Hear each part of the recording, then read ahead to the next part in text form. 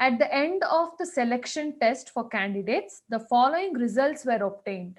Calculate the coefficient of correlation and comment on its value. So they're specifically asking you to comment on the value of the correlation that you get. So firstly, they have given us serial number, and then they have given us the two factors. So what are those two factors that they have given? Number one is score in the selection test, and the second one is score in the proficiency test. So they have two tests which is being done to select the candidate. So at the end of that selection test, they have got these marks, or this is the complete results that is being given. Now we have to find out the correlation between these two tests that has been conducted by the company or class, anything. So the serial number is just for the reference for us. So serial number is not completely considered. What is very important to us is the selection test and the proficiency test. Okay, so in this, out of these two, we are going to consider selection test as X and proficiency test as Y. So let scores of selection test be X and scores of proficiency test be Y. Now after this, the problem, the calculation remains the same. Now will you all try and solve this problem now?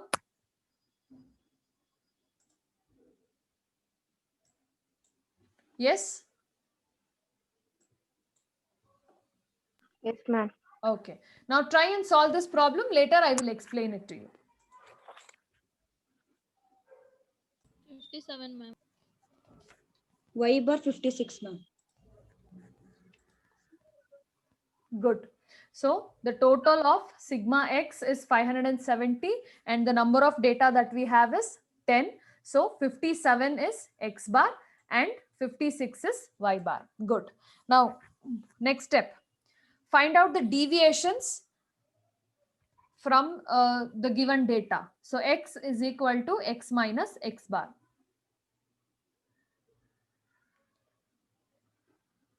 Find out the value. Yes, ma'am. Okay, next find the x square and y square.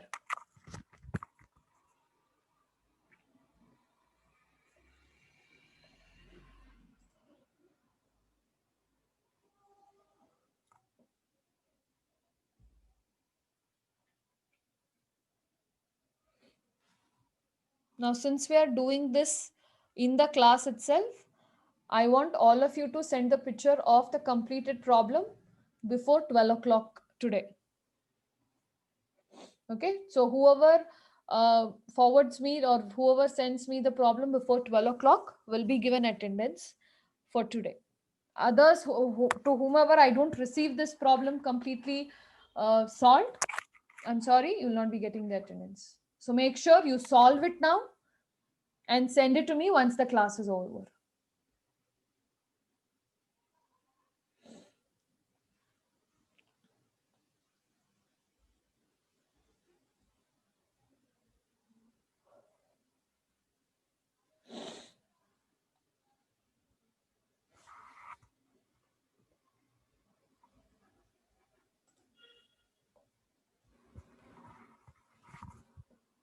So everybody found the value of x square? Yes, ma'am. Okay, I can only hear Akhila's voice always answering. What about others? Yes, ma'am. Yes, ma'am. So what is the value of sigma x square? 1000. 1138.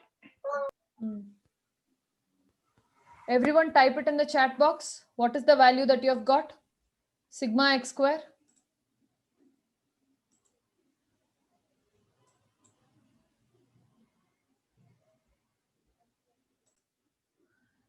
Sigma x is 570 and then we found out what is x bar. Sigma y is 560 and we also found what is y bar, and then we found the deviations from x and deviations from y.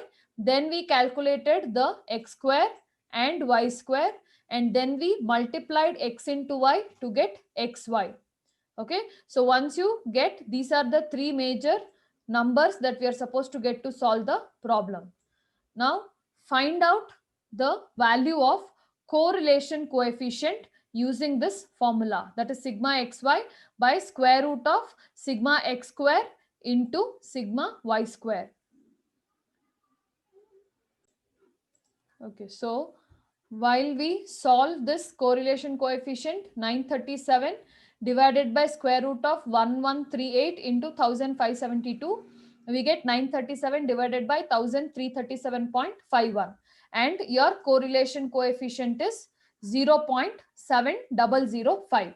Now we are supposed to do the analysis of the correlation coefficient that we have got on the timeline. So this side is +1 and -1, and we have 0. The other 2 points are 0.25 and 0.75. And to the other side, we have -0.25 and -0.75. Now, just check where does this value of 0.7005 comes. Okay, 0.70. Okay, 0.70 is less than 0.75, right? So it comes between 0.25 and 0.75. So this area is the modern degree of positive correlation. Okay, modern or moderate degree of positive correlation between which two factors? Between the scores of selection test and the scores of proficiency test. Never forget to check the question back and write the full sentence. So there exists a moderate degree of positive correlation between scores in selection test and scores in proficiency test. Okay, so that was the problem. Did you all complete the problem?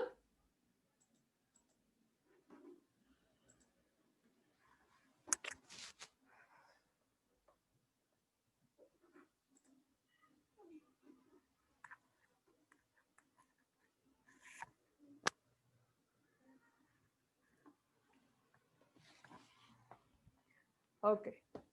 Shall we go to the next problem?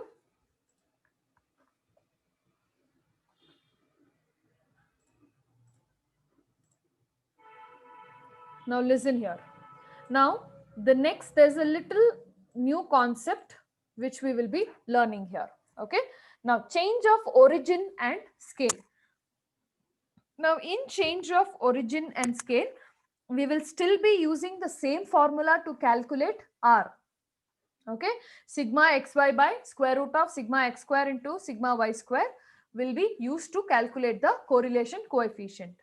But here the type of problems that we will be solving, the data which is given to us will be a little different. So let us understand what is that difference. While calculating correlation coefficient, variables of large values can be reduced to smaller volumes by dividing each of them by a common factor. Okay, now when you have numbers like this, such big numbers, you cannot find x bar, then take the deviations, then multiply x and y. So it would be a huge task to do it. So when you have data like this with huge zeros or big numbers, then in that case, we will try to reduce each of this data by a common factor. Now let's take for example this data. If I divide all of the x data by 1000. Now why am I dividing it by 1000? So that all the 3 zeros will go away and my data will become very simple, like 5, 10, 15, 20, 25, 30, 35. And then if you see or if you observe y data also, I can divide it by 1000 again. So that will become 1, 2, 3, 4, 5, 6, 7. So I'm taking a common factor and I am dividing it for each of the variable that is given to us. So that common factor is the main thing in the problem. Then, since r is a pure number, shifting the origin and changing the scale of the given series does not affect its value. So r is nothing but correlation coefficient. Okay, so since it is a pure number, which means we calculate deviations and square, and we don't consider any units for r. We don't consider it as rupees, number of units, or let's say liters, kgs. No, we don't use anything. It is just a number where it is trying to say as the relationship between two of the data given. So since it is only a number and there are no units attached to it, we will be able to do this change of origin and scale. Suppose if you have units, okay, suppose if you have units, your answer is 0.7005 lakh units. Then in that case, the change of origin and scale will affect your data. Okay, but since it is only a number, it will not affect your data. Then further, the ultimate result need not be multiplied by the common factor, as if we are doing in the case of central tendency or dispersion. So if you remember in the mean, median and all that, if we have number of days, if you remember that problem of Monday, Tuesday, Wednesday, rainfall throughout a week, okay, now at the end we were supposed to write 5 days, 7 days, right? So this unit of days was added to that. But here for r, you don't have any such unit. So this can be done. Everybody understood the concept of change of origin and scale?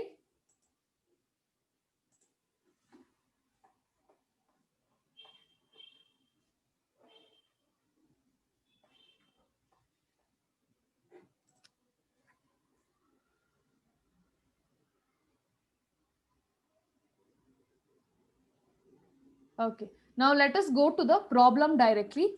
So we'll solve a problem that will help you to understand it better. Calculate the coefficient of correlation and comment. Okay, so we are going with the first problem. Calculate the coefficient of correlation and comment. Since it is the first problem, you have the explanation about how to divide the variables. Now, if you see x is in 5,000, 10, 15, 20, 25, 30, 35. And then y is 1,000, 2,000, 3, 4, 5, 6, 7,000. Now, here the variables are in large volume. Calculation of correlation coefficient is very tedious. It's become very difficult. So we will reduce the variable by dividing x variables by 1,000. Why 1,000? Because 3 zeros are very similar or same in all of the data.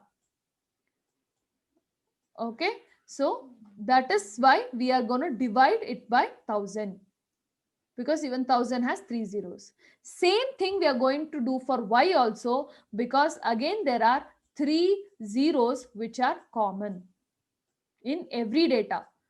4, 5, 6, 7. Okay, and find correlation coefficient. Now once we do this, the next step is our table calculation. Now in the table calculation, first thing for x is nothing but x divided by 1,000. So what is x? 5,000, 10,000, 15,000, 20,000, 25,000, 30,000, 35,000. So what will be my what the numbers will be? 5, 10, 15. The 3 zeros are taken out. And then for y also 3 zeros are taken out. So you get the data like this. From here on, the calculation is same. Okay. Do not forget to write this heading: computation of Karl Pearson's correlation coefficient. Okay, Carl Pearson's computation of Carl Pearson's correlation coefficient. So now we have got x as well as y. Now first total x and total y. So we have n is equal to 7. We have 7 data that has been given to us. So once you add all of the x, you get 140, and once you add all of the y, you get 28. So we will find out x bar with 140 by 7. N is equal to 7, right? So 140 divided by 7 is equal to 20. And then sigma y by n, 28 by 7 is equal to 4.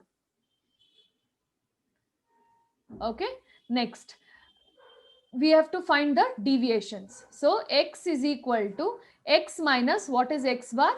20. So x minus 20, that is 5 minus 20 is minus 15. 10 minus 20 is minus 10. 15 minus 20 is minus 5. 20 minus 20 is 0. 25 minus 20 is plus 5.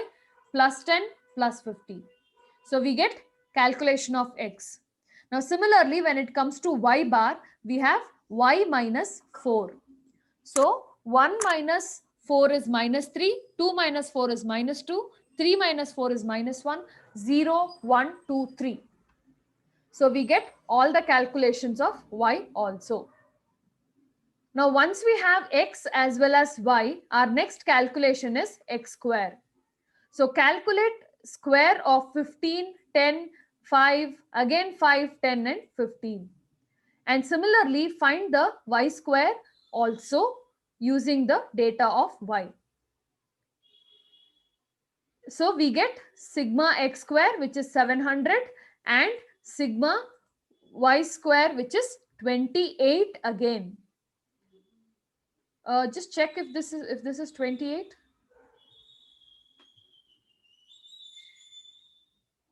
Yeah.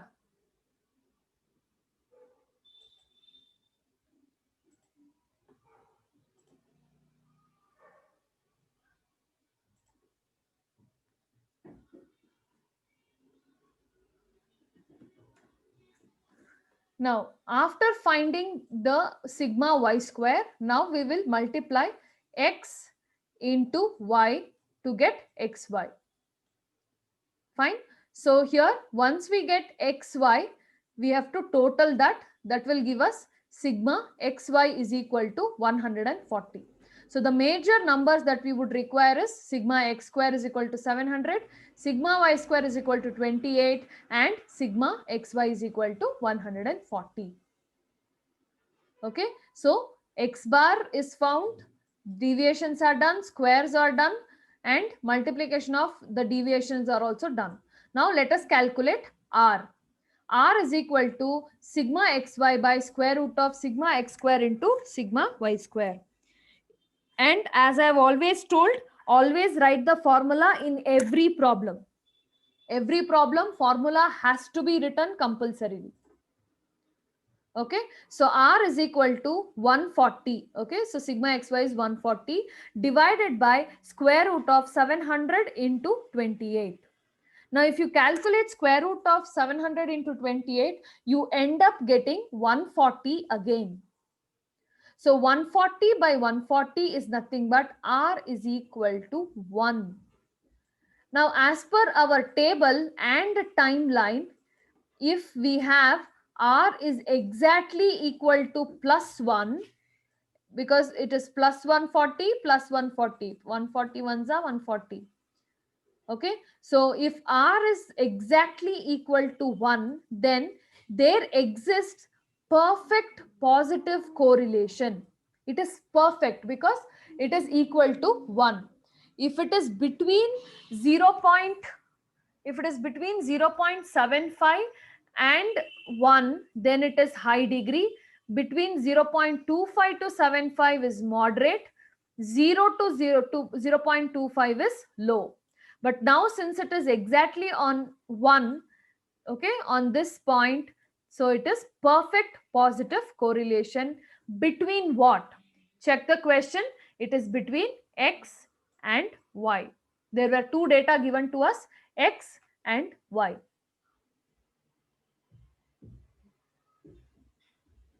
Okay, understood? Any doubts in this problem?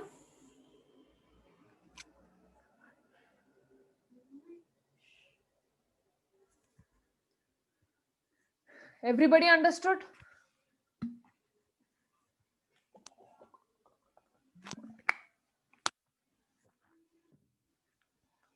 Okay, so there's one more note that you're supposed to understand. So let's just read that. We can also divide X series by common factor 5000. When that is the case, by mere observation, the variables of both series become same. Now, instead of doing it by 1000, let's say I divide X by 5000. Now you had 5,000, 10,000, 15,000, 20,000, 25,000, 30,000, 35,000. Okay. Now I divide this by 5,000, all the numbers. So what will be my X? Now my X will change to 5,000 by 5,000 is nothing but 1. 10,000 by 5,000 is 2. 15,000 by 5,000 is 3. 20 by 5,000 is 4. 25,000 by 5,000 is 5, 6, and 7. Now, just by looking at the data, value of X is same as value of Y. Okay.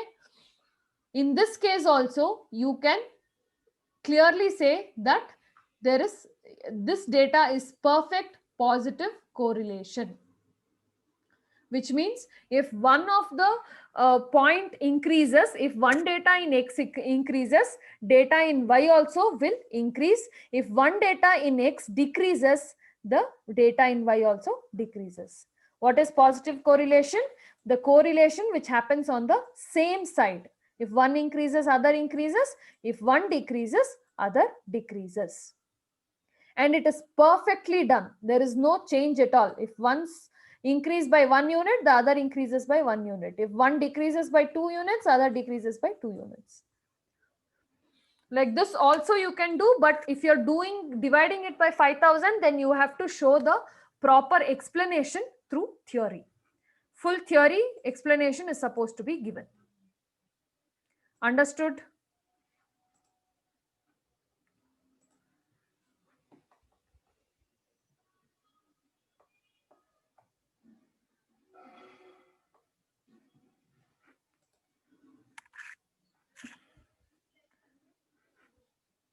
Okay.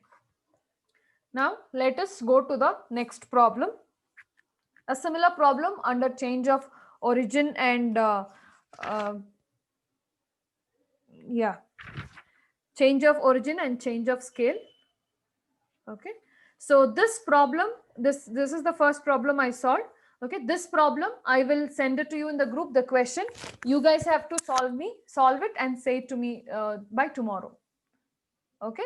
So this answer has to be solved by you, and I will send you the deadline by when you have to send me the picture of this solved answer. Okay. Now let us go to the next part. Okay, will you do that? The previous problem which I told you, which I'll give it to you as homework.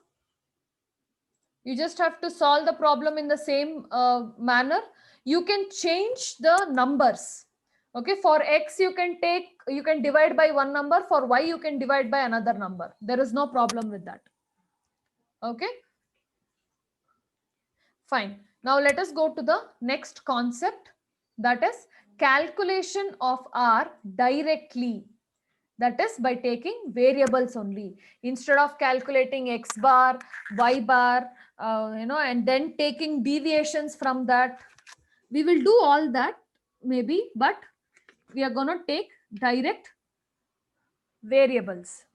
What are the variables? We have X as well as we have Y. So this is the formula that we will be using for the variable to calculate R through variables directly. Pearson's correlation coefficient can also be computed directly using the formula. So we are solving Karl Pearson's correlation coefficient problems. Okay, so in that we are using the second type, that is directly calculating using the variables, where x and y are the variables themselves. So in a data they will give us x as well as y. So how do we solve it? N into sigma xy. So we are going to calculate xy. So we are going to multiply x and y data directly, and then we will take the total of x, and we shall take the total of y also. So that will be your numerator, n into sigma xy minus sigma x into sigma y. Next, whole divided by square root of n into sigma x square. This x will be squared. It is not small x anywhere. It is direct x from the series that will be multiplied, minus sigma x square, sigma x whole square. See, there's a difference between sigma x square, okay, and sigma x the whole square. In sigma x square, each of the x is squared and then you total it. But in sigma x whole square, you total the x value here, 1, 3, 5, 7, 9, 11, you total that, and then you will be finding the square for it. Similarly, square root of n into sigma y square minus sigma y whole square. Okay, so where x and y are the variables, and please note, see, they have only highlighted. Please note, it is not small x. Small x is nothing but deviation, that is x minus x bar. It is not this. We are directly taking the data that is given in the question. Okay, so the above formula can be applied where values of both x and y series are quite small, and where mean and standard deviations are not to be computed. In this problem, in these problems, you will not be able to compute mean and standard deviation where the data is small. We have 5, 7 students where we have to find the correlation, okay, or we have 10, 12 employees, we have 3 products. Okay, some small data, we can use this direct method. Understood? Understood the concept?